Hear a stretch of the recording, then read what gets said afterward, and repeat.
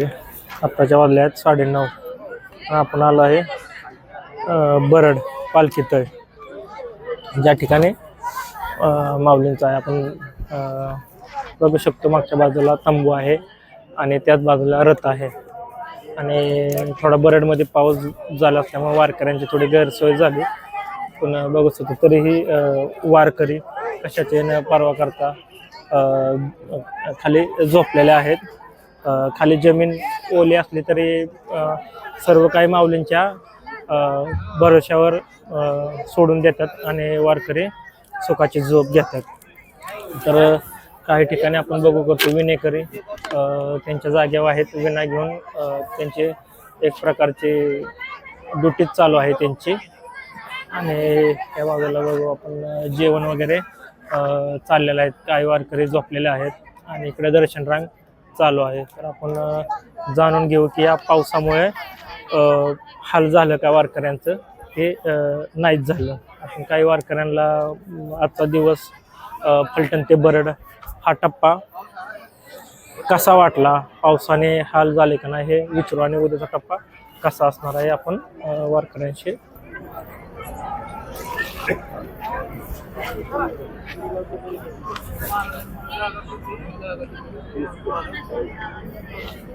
आपण बघू शकतो. ज्या पताका आहेत त्या सुद्धा उभ्या करून विश्रांतीसाठी ठेवलेल्या आहेत आणि वारकरी निवांत झोपलेले आहेत. तिकडं रथाची पुष्प सजावट चालू आहे. या बाजूला दर्शन रांग आहे. काही वारकरी जेवत आहेत. आपण त्यांना विचारू कसं वाटतंय. काय झालं, आत्ता आमच्याकडे पैसे नव्हते आणि आम्ही आलतू पाकिट गाडीचं ठेवलेलं आहे. तर आपल्याला या माऊलीने आपल्याला बुक्का लावला. तर माऊली आपलं नाव काय? ज्ञानेश्वर लोहार. अरे वा, म्हणजे माऊलीनेच आपल्याला बुक्का लावला. माऊली किती वार आहे आपले? 13वी. 13वी. कसं वाटतंय? मस्त वाटत. आणि आज हाल झालं पावसामुळे?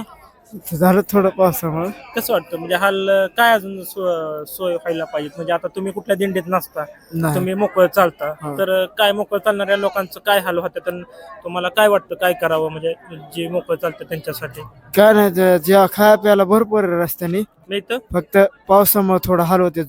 निवाराची सोय थोडी जास्त पाहिजे. हा ना, निवाराची सोय नाही. हा, कारण काय होतं, ज्यावेळेस पाऊस नसेल त्यावेळेस वारकरी किंवा जे मोकळे चालतात दिंडीत ते कुठेही निवांत म्हणलं तरी झोपी जातात. पण ज्यावेळेस पाऊस होतो त्यावेळेस या वारकऱ्यांचा आणि सर्वच वारकऱ्यांचा हाल होतात. त्यामुळं निवाऱ्याची थोडी निवाराची सोय नाही. सोय पाहिजे. म्हणजे सरकारने थोडं जास्तीत जास्त निवार उभारलं पाहिजे असं माऊलींचं म्हणणं आहे. हा. आता जे फुलांची सजावट चालू आहे आपण बघू शकतो.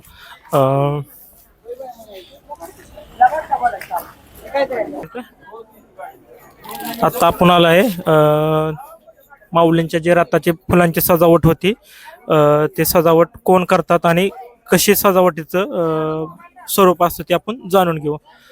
रामकृष्ण हरी माऊली. रामकृष्ण हरी. कशी असते सजावट आणि म्हणजे हा मान कोणाला असतो का सहकुशीने करतात? ही सजावट दरवर्षी म्हणजे कैलासवासी नानासाहेब गरुड आळंदीची यांची परंपरा आहे. पहिल्यापासून हे सजवतात राहतात आणि त्यांच्याकडेच असतं सगळं फुलाचं. फक्त हे कारागीर असतात बाकीचे. बरं, कुठलं फुलं वापरतो आपण यासाठी? याच्यामध्ये जरबेरा असतो, गुलाब असतो, तोरणासाठी झेंडू, अष्टर, शेवंती, लिली, अशा प्रकारे सर्व प्रकारचे फुलं. आणि सजावटीचं स्वरूप कसं असतं, म्हणजे तुम्ही रथ पालखी आल्यापासून पालखी तळावर नाही, हे काम आता इथं 12 नंतर सजवून झाल्यानंतर आम्ही परत पुढच्या टॅपला जाणार. मग तिथं 3-4 वाजता फुलं आले का मग तिथं काम चालू होणार. म्हणजे व्यवस्थित सांगा. समजा आज माऊली सकाळी हितने पुढच्या मुक्कामाला हल्ली तर तुमचं काम कसं असणार? आता रात्रीच जाणार पुढच्या मुक्कामाच्या ठिकाणी. म्हणजे आता सजावट करून पुढच्या मुक्कामी जाणार, लगेच निघणार. म्हणजे सजावट रथाला तुम्हीच फुलं लावता? आम्ही किती वाजता लावता? तरी साधारण 1च्या दरम्यान. म्हणजे ती सजावट झाली की तुम्ही पुढच्या मुक्कामी जाऊन मुक्काम करणार. ओके. कसं वाटतं माऊली सेवा करताना? सेवा करायचं भाग्यच म्हणायचं आमचं, की आम्हाला हात लावायला काम आपली करायला संधी किती मिळेल. माझं 2रंच वर्ष आहे, नवीनच. तसे बाकीच्यांचे 20-20 वर्ष झाले. कसं वाटतं रथ सजावताना? सजावताना एकदम आनंद येतो, आनंद वाटतो सगळ्या गोष्टी. होय. अजून काय वारीबद्दल काय सांगाल तुम्ही? म्हणजे वारी करायलाच पाहिजे सर्वांनी, यायला अनुभवायला पाहिजे. अनुभवायला पाहिजे. अनुभवल्याशिवाय आनंद वारी आहे, कळत खूप नाही. आनंद आहे वारीमध्ये. पावसामुळे हाल कसं काय? हालाचं काय वाटत नाही एवढं, नाही काय वाटत. 15 दिवस काय देवासाठी काय हाल काही नसतं. आपण बघू शकतो हे आहेत माऊलींचे अश्व. ते दिवसभर चालून सध्या त्यांचा विश्रांतीचे वेळ चालू आहे. जसं माऊलींचे आहे तसंच या दोन्ही अश्वांचंही आहे. कारण की जोपर्यंत माऊली चालतात तोपर्यंत हे अश्व चालतात आणि त्यानंतर अश्वाला विश्रांती नका हिरा आणि मोती खाद्य खाण्याचा आनंद घेत आहेत. तर हे आहे बरड तळ्यावरील दृश्य. माऊलींचे अश्वांचे सर्वजण पाया पडतात. आपलं नाव माऊली? माझे नाव काळूराम ज्ञानोबा लोखंडे, मरकळ गावाचं नाव आहे. तिथून भोपळे दिंडी म्हणून 14 नंबरची दिंडी आहे, ती रथाच्या पुढे चालते.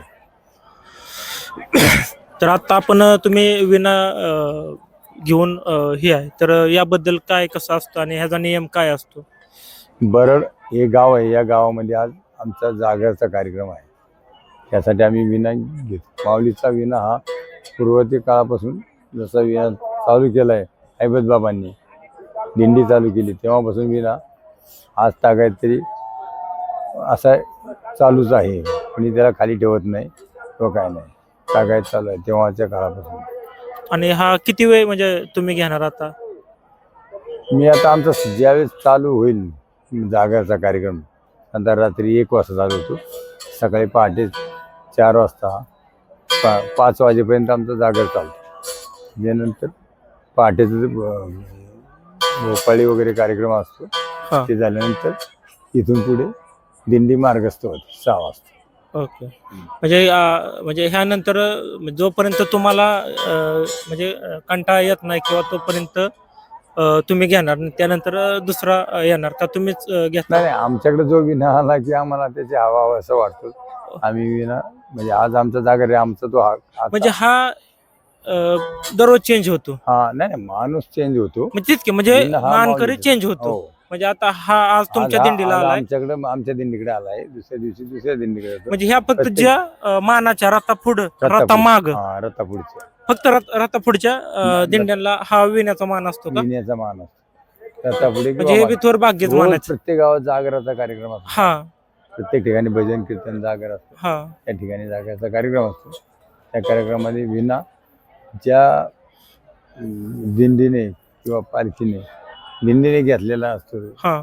त्या दिवशी त्याचा जागरचा कार्यक्रम असतो. आणि आपली कितवी वारी? माझी आज आता 5वी वारी झाली. होय. कसं वाटतं? माझी 5वी वारी म्हणजे मी वर्ष करत राहते. आषाढी वारी करतो, कार्तिकी वारी पण चालू असतो. होय. कार्तिकी वारी मी 1 नंबर दिंडीमधून म्हणजे माऊलीच्या दिंडीमधून करतो. आणि आषाढी वारी आमच्या भोपळे क्रमांक 14च्या दिंडीमधून करतो. होय. भोपळे दिंडी आमच्या दिंडीचं नाव आहे. कसं वाटतंय वारी तुम्हाला? वारी खूप आनंद वाटतो. होय. म्हणजे याचा जो आहे आताचा हा जो आपण पाहतो हा अविस्मरणीय अनुभव आहे. या वारीने कधी थकवा येत नाही किंवा कधी त्याचं विस्मरण होत नाही. कंटिन्यू अवरात्र होतं की या वारीवर आपण जावं, दरवर्षी जावं. आणि पावसामुळे हाल होत नाहीत? पण त्याचं काही वाटतच नाही. मग पाऊस आला तर आम्ही ते जे असतं ते कोंबडी वगैरे घेतो, चालू राहतो. देवाची आस लागली असते कधी विठ्ठलाला भेटन त्या दिवशीसाठी आम्ही तोपर्यंत ताणभूक ऊन वारा पावसाचं काय तमा बाळगत नाही की आम्हाला तो आता ऊन लागते मग आम्ही आता आमचं चालूच असतं कार्यक्रम. पण वारी अजून काय सांगू शकाल? म्हणजे एक वारीतील अनुभव किंवा असं काय की तुम्हाला आठवणीत राहिला असा? वारीचा अनुभव म्हणजे कधी कधी असा अनुभव येतो की कधी कधी म्हणजे रोज काही ना काहीतरी अनुभव येतोच. शिकण्यातच राहतो. हा मग चालण्याचा कार्यक्रम म्हणजे चालण्याची वेळ असू द्या, प्रत्येक दिंडीची वेळ असते, भजन कीर्तनाचा कार्यक्रम, प्रत्येकाचा वेगवेगळ्या भजनाचा चालीरीतीवर एवढं भजन मंजूळ आवाजात म्हणतात की फार त्या आवाजाने माणूस मंत्रमुग्ध होऊन जातो. असे आणि शिस्तीत वारीमध्ये जाताना माणूस शिस्त फार पाळतो. 4 लोकांची लाईन केली की 4 लोक लाईनने चालत राहतात. भजनाचा कार्यक्रम एकाच आवाजात त्यांचा टाळ वाजण्याचा आवाज येतो. जी बरडोय म्हणू द्या, अभंग म्हणू द्या, इवन आपलं हे म्हणायचं म्हणलं ते कंटिन्यू एकाच चाली करतात आणि त्याचा आवाज फार मंजूळ असतो. म्हणजे आपल्या याला भावतो तो की या वारीमध्ये आपण यावं. त्याच्यामुळं काही बाकीची आठवण येत नाही. आपण वारी म्हणजे वारी, आपण त्याला आस लागलेली असते विठ्ठलाला. कधी आम्ही विठ्ठलाला मंदिरामध्ये जातोय, त्याचं दर्शन घेतोय. पहाटे आम्ही जर उठलो, समजा लवकर चालायचं असेल जात अंतराच्या हिशोबाने, 2 वाजता उठून आम्हाला पहिले आंघोळ करावं लागते. आंघोळ केली की देवपूजा असते. देवपूजेनंतर आमचा जो आहे वाढदिवसा आम्ही गाडीमध्ये टाकतो. तिथून पुढे आम्ही माऊलीच्या तळावर येऊन माऊलीच्या टायमिंगप्रमाणे आम्ही निघतो. मग दिवसाचा जो दिनक्रम आहे तो चालू राहतो. आपण पाहू शकतो. आता आपण बरडच्या पालखीत आहे आणि इथे एक चित्रकार, तर इथे एक चित्रकार आहेत आणि ते मुंबईवरून आलेले आहेत. ते कोणते चित्र काढतात तर आपण बघू शकतो.